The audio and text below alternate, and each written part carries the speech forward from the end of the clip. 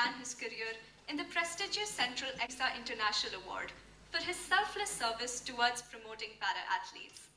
We welcome you, sir. Have amongst us as our special invitee, Mrs.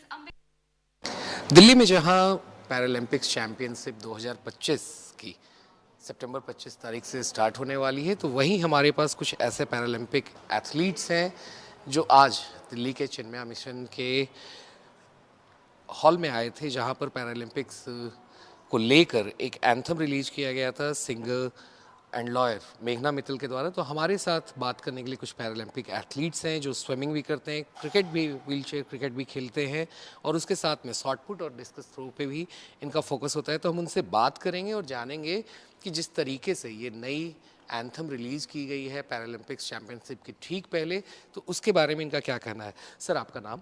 मेरा नाम योगेश सोनी है। Yogesh sir, Paralympics championship होने वाला है दिल्ली में, तो जिस तरीके से आज ये एंथम रिलीज किया गया, कितना ये उनको मोटिवेट कर पाएगा प्लेयर्स को जो इंडिया को रिप्रेजेंट कर रहे हैं इस चैंपियनशिप? ये बहुत मोटिवेट करेगा सर, क्योंकि मोटिवेट करने के लिए इन्होंने जो तरीका चुना है ना, वो ऐसा है कि दिलो दिमाग को सबको एकदम रिफ़्रेश कर लेगा। और जो रिफ़्रेशमेंट है उससे जो एथलीट को जो पावर मिलती है ना, क्योंकि सारे दिन जो एथलीट एक लगा रहता है प्रैक्टिस के अंदर, उसको दिमाग में सिर्फ एक टेंशन रहती है कि हमको आगे जाके कुछ करना है। जो रिफ़्रेशमेंट अभी इस जो मोमेंट में मिली है, उससे एक जोश और बढ़ गया है। ये दबाव नहीं आया हमारे ऊपर ये आया कि हमको ये आगे करना है। दबाव से तो आदमी डाउन होता है, इन्होंने तो माइंड और रिफ़्रेश कर दिया है और ये रिफ़्रेशमेंट आगे जाके और ऊंचाइयाँ देगी। सर, जिस तरीके से चैंपियनशिप है दिल्ली में अब, तो आप लोग भी पैरा एथलीट्स हैं, काफ़ी गेम्स आप लोग करते हैं, तो चैंपियनशिप के ठीक पहले क्या मैसेज देंगे आप इंडिया के प्लेयर्स को जो अपनी कंट्री को रिप्रेजेंट कर रहे हैं? उनको तो मैं यही मैसेज दूंगा कि आप जोश से लगे रहो और इंडिया का नाम हमको एक नंबर है, लेकिन पैरा एथलीट में फिर भी इंडिया बहुत आगे है और पूरे देश को हमने एक साथ लेके चलना है और आगे बढ़ाना है। हमारे साथ और भी एक प्लेयर हैं, हम उनसे भी बात करेंगे और जानेंगे उनका क्या कहना। मैम, आपका नाम? मेरा नाम शालिनी सोनी है। मैम, जिस तरीके से आज एंथम रिलीज किया गया है पैरा एथलीट्स को, ख़ास तौर पे उनमें एक जोश भरने का के लिए गेम्स के ठीक पहले उनको मोटिवेट करने के लिए, तो किस तरीके से देखती हैं आप इस एंथम को?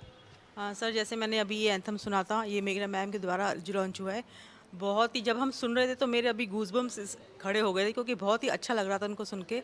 और एकदम से जैसे कहते हैं कि एक मोटिवेशनल मिल रहा था कि हमें कुछ करना है। जो लोग घरों के अंदर बंद हैं, उनको भी अगर ये एंथम सुनने को मिलेगा तो ऑब्वियसली वो भी बाहर आने की कोशिश करेंगे और स्पोर्ट्स में कुछ ना कुछ करेंगे वो।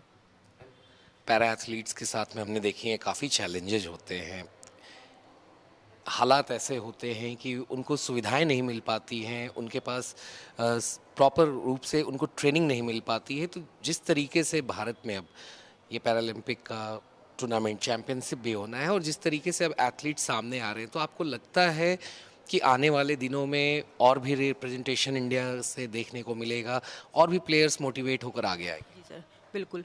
सर, देखा जाए तो चैलेंजेस तो हर व्यक्ति के जीवन में होते ही हैं, चाहे वो नॉर्मल हो या डिसेबल हो।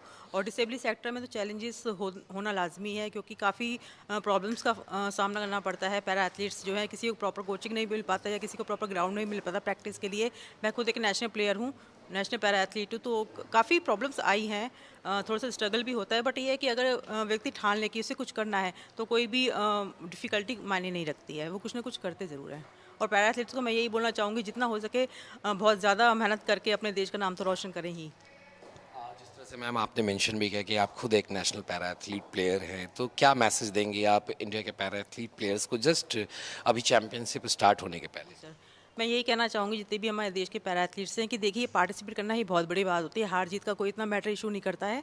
हार जीत तो लगी रहती है, कोई हारेगा कोई जीतेगा। अगर हम इस चीज़ को दरकिनार रखकर हम आगे सिर्फ अपने फोकस पे ही, अपने जो लक्ष्य है हमारा, उस पर ही फोकस करें, तो हम बहुत कुछ कर सकते हैं और आगे बढ़ सकते हैं। और बहुत बहुत शुक्रिया मैम। तो ये आपने सुना योगेश जी को और उनकी वाइफ को भी कि किस तरीके से ये जो आज एंथम रिलीज किया गया है पैरा एथलीट्स को लेकर, ख़ास तौर पे कि किस तरह से चैलेंजेस को ओवरकम करके उन्हें आगे आना है और हार या जीत मायने नहीं रखती है, मायने रखता है कि आप चैलेंजेस को किस तरीके से पार करते हैं। विजय राजू शर्मा के साथ आनंद सिंह, ITV नेटवर्क।